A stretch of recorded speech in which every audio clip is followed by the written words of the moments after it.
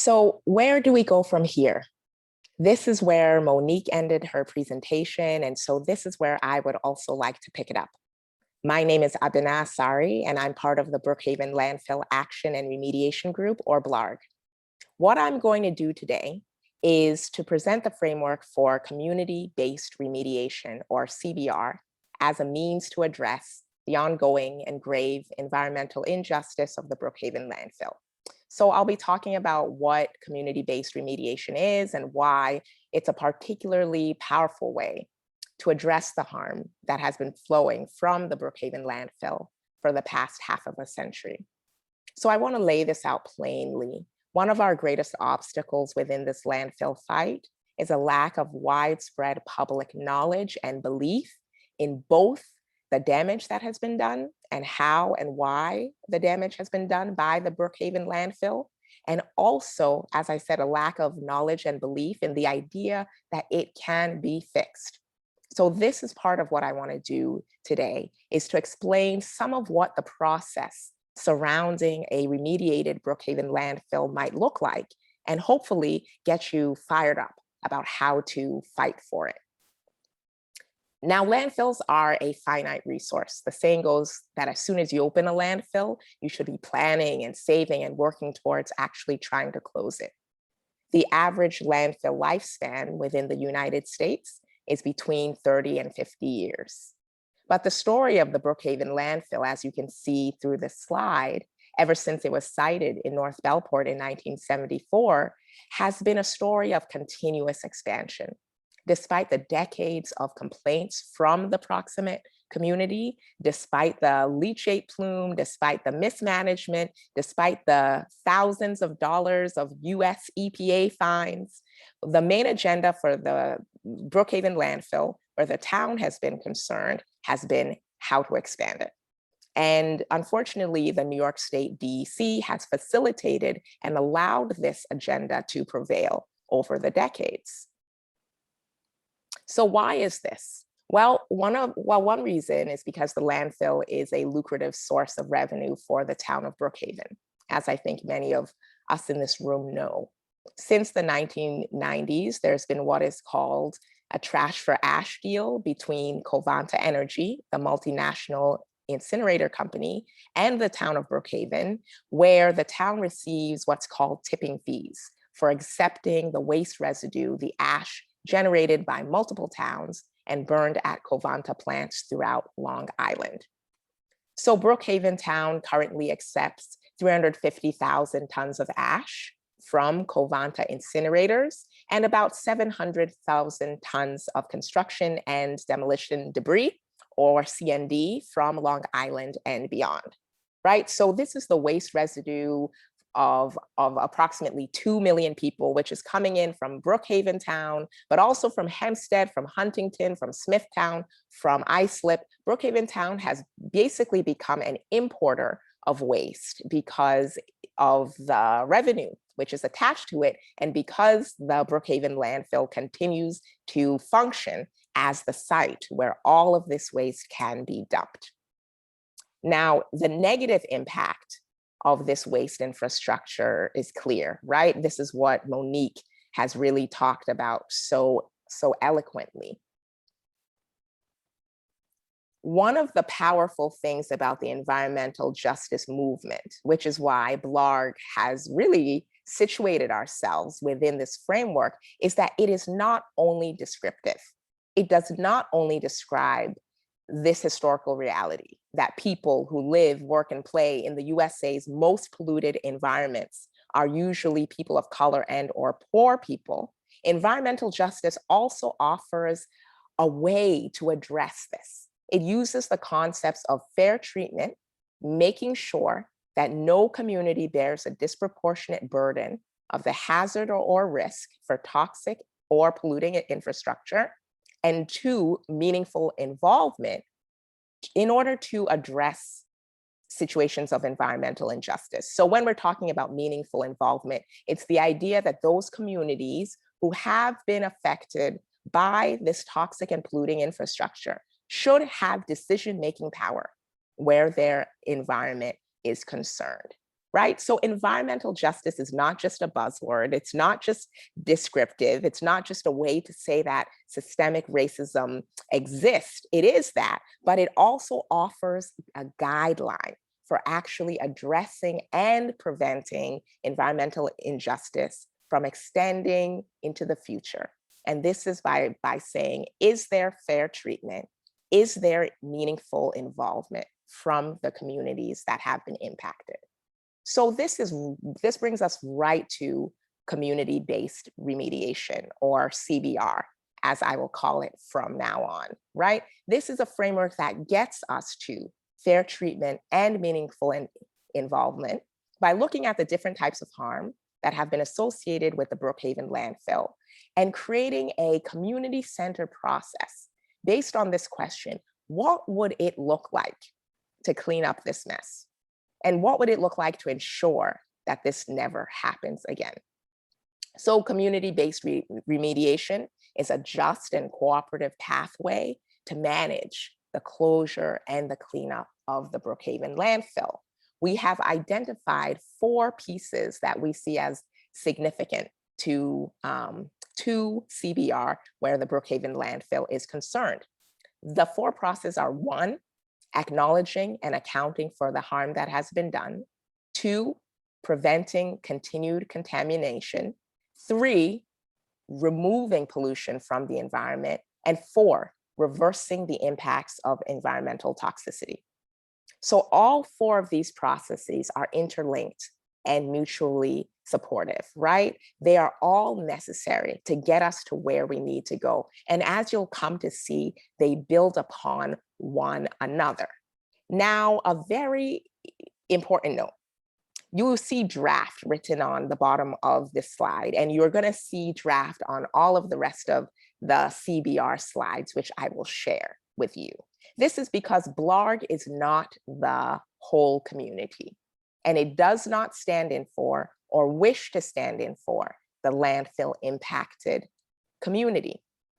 The marking of draft is to acknowledge the fact that even this CBR slideshow, which I'm sharing with you right now, has not been developed through a participatory process that includes the various communities that have been impacted.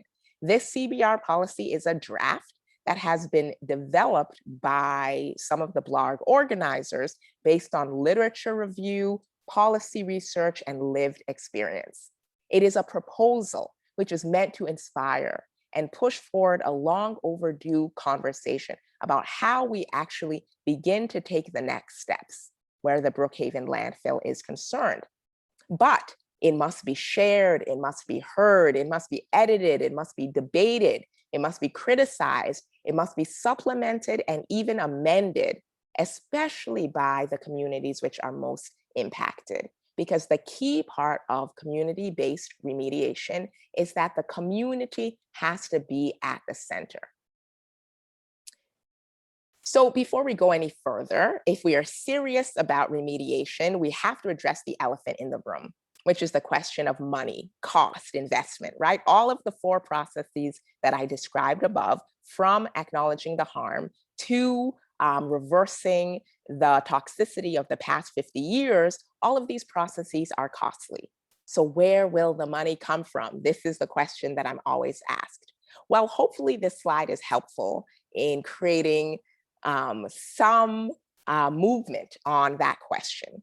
What should be clear is that the landfill has been a very lucrative enterprise for the town of Brookhaven especially. Of course, not only the town of Brookhaven, Covanta has made major profits from the Brookhaven landfill. There are also private waste haulers who have also made profits from the Brookhaven landfill, as well as other entities. But I just focus on the town in this slide because I think it makes the point very clearly. So gross revenue from the Brookhaven landfill for 1 year, gross revenue was $66 million. So if we extrapolate that over the course of about 10 years or so, we can estimate that $500 million of gross revenue has come in from the Brookhaven landfill. I'll say that again, $500 million has been created by the Brookhaven landfill for the town. Now, this money has been collected by the town, it's in the town coffers, and it's been used on many, many things. Many of them have been good things. But what the money has not been used on is supporting North Bellport. The money has not been used to create a 21st century waste infrastructure that reflects where we are in time in terms of the climate crisis, or even where we are in space in terms of Long Island's ecology. It has not been used to address the harm that has been created by the Brookhaven landfill, or provide us a post-landfill future that acknowledges the damage that has been done over the past 50 years, right? And we can see some of those damages when we look on the other side of the slide and see the huge needs and the hefty amounts that are due to North Bellport and other landfill impacted neighboring communities. This has to be brought into clear focus because the remediation of the Brookhaven landfill will also require a sustained and hefty investment. So what we should understand is that the money to protect our air and our water is there. At least it should be there.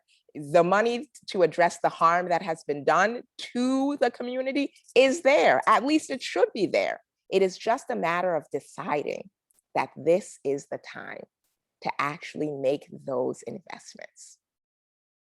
So how do we get there? The first part is there must be a public accounting and acknowledgement of what has gone down with the Brookhaven landfill. As you can see from the contents of this slide, the proximate communities still do not have answers to many of the questions that we have raised about the environmental, social, and public health impacts of the landfill in our midst. Likewise, the town of Brookhaven and the New York State DEC have not created structures that allow a regular and comprehensive flow of information between the community and the town and the DEC about our concerns, our needs, our experiences. In fact, the DEC processes for public engagement, such as the air quality hotline, unfortunately are examples of how not to do public engagement. So there are a number of outstanding and urgent questions that Blarg and other members of the landfill proximate community have posed about what is going on with the landfill in our midst. And many of these questions remain unanswered. And what we are looking for is the studies, the research, the truth-telling processes that will be necessary to develop a public record that will actually be able to create public accountability where the landfill is concerned. So one note, I'll just direct you to the last bullet point on this slide. Blarg, at Blarg, we've been using the Freedom of Information Law, or FOIL, to receive information that not only is public about the landfill, but which should actually be readily accessible. When we FOIL Brookhaven Town or the Department of State or the DEC or other agencies, there are times when it takes 3 months to get the information that we've asked for. At times it takes 6 months. At times it takes a year. At times we don't know how long it will take because we are still waiting. And again, this is public information that we're asking for about the air quality, about the water, about what type of planning has been done, about the future of the landfill, right? So particularly given the environmental justice classification of this area, the way we have to fight for information about what is going on is not only a shame, it is a technique that has been used to disempower the proximate community for decades. Think about it. How can you be meaningfully involved in any decisions about the Brookhaven landfill when you don't even know what is really going on? So this is one of the things we are calling for specifically as part of this acknowledgement and accounting. We're calling for a full public release of all of the public data about the Brookhaven landfill, about the air, about the water, about what has gone on, about what is being cooked up in the future. Let's have that data released. We must also prevent continued contamination of an area that has already been saturated. with polluting and toxic infrastructure for decades, right? They always say that the best defense is a good offense.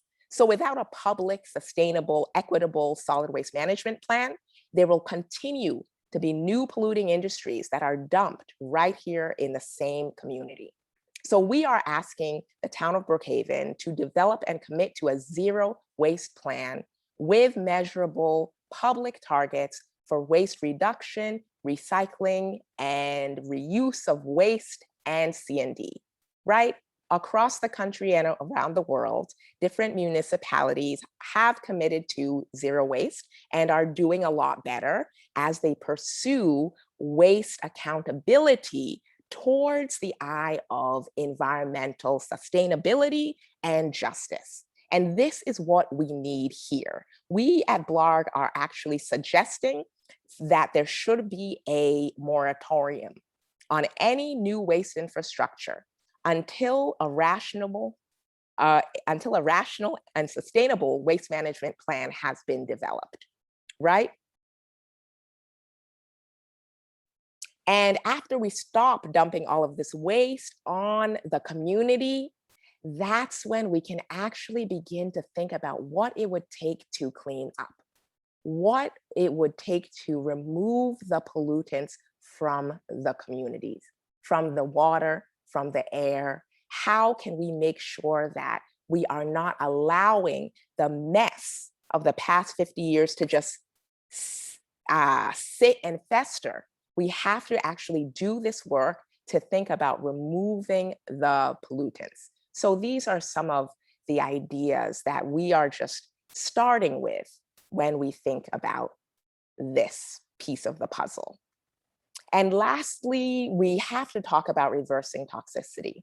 Now, this is where it gets heavy, because once you begin to understand the impact of the Brookhaven landfill, once you begin to think about the impact on, let's say, the home prices within North Bellport, the landfill's fence line community, and how that impacts how much equity folks are able to gain in their homes, and how that impacts other aspects of their life, from their educational loans to a range of other issues. That's when you begin to have a picture of the landfill's impact. When you begin to think about the impact of the landfill on the school district, on the self-esteem of the kids within the area, on the anxiety facing pregnant people, and how this impacts birth weight. When you think of the stigma associated with the Brookhaven landfill, and how this impacts the types of investments that come to this area and those that don't, right? That's when you begin to understand the different types of toxicity that have been linked to the Brookhaven landfill over the past 50 years. What would it take to reverse this? A host of interventions, including but not limited to direct monetary payments, must be on the table.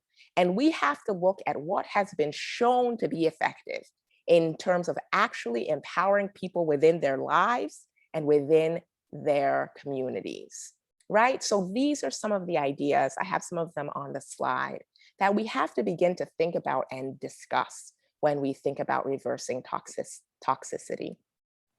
So how do we get there? Well, one of the things that I'm asking you to consider is a CBR board, and how this might be a very important structure in terms of providing the independence and the longevity necessary to see a remediation program like this one through. When you start to begin to study landfills, one of the things you come to see is how long it takes to really clean up the environmental toxicity that is associated with these mountains of garbage and waste. Recently, I was at the Shirley Chisholm Park in Brooklyn, which is an old landfill site, which has now been turned into a lovely park. And I looked at it and saw that it took 34 years, over 3 decades after the landfill had been closed, of consistent and concerted investment in order to make that park safe for public use. 34 years. So we are looking for a structure that can stay the course, right? We need institutions and individuals who are committed to remediation beyond the period of an election cycle in order to make sure that this Brookhaven landfill gets closed and gets cleaned up. And we need to create the structure that allows the work to continue regardless of who is in office. So as Monique said, this CBR process, all of those who have played a role in the landfill cycle of harm will now have the opportunity to play a role in actually trying to address and solve it. And lastly, of course, we always need you. We need you to know what remediation is and to know that it is possible. Simply closing and capping the Brookhaven landfill, leaving the mess as it is there, that is not remediation. And we need to consider where this vision of a post-landfill future fits into our priorities, right? We need to consider whether the closure and the remediation of the Brookhaven landfill is all of our fight. I'm looking forward to your questions and your comments. Thank you for your attention.